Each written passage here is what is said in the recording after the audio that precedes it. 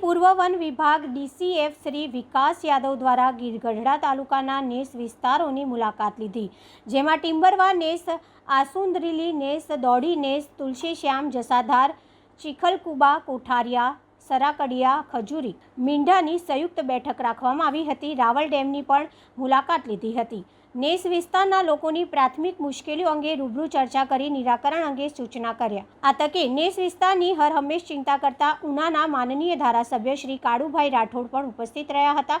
આ કાર્યક્રમમાં જિલ્લા પંચાયત કારોબારી સમિતિના ચેરમેન શ્રી ડાયાભાઈ જાલોધરા, જિલ્લા ભાજપ મહામંત્રી શ્રી વિશાલભાઈ વોરા, ગીર ગઢડા તાલુકા ભાજપ પ્રમુખ શ્રી ધર્મેશભાઈ રાખોલિયા, તાલુકા પંચાયતના સદસ્ય શ્રી દુલાભાઈ ગજ્જર, તખતસિંહ ચુડાસમા, મનીષભાઈ જાલોધરા અને નેસ વિસ્તારના લોકો ઉપસ્થિત રહ્યા હતા। રિપોર્ટર ભાલિયા માધુ, ઉના।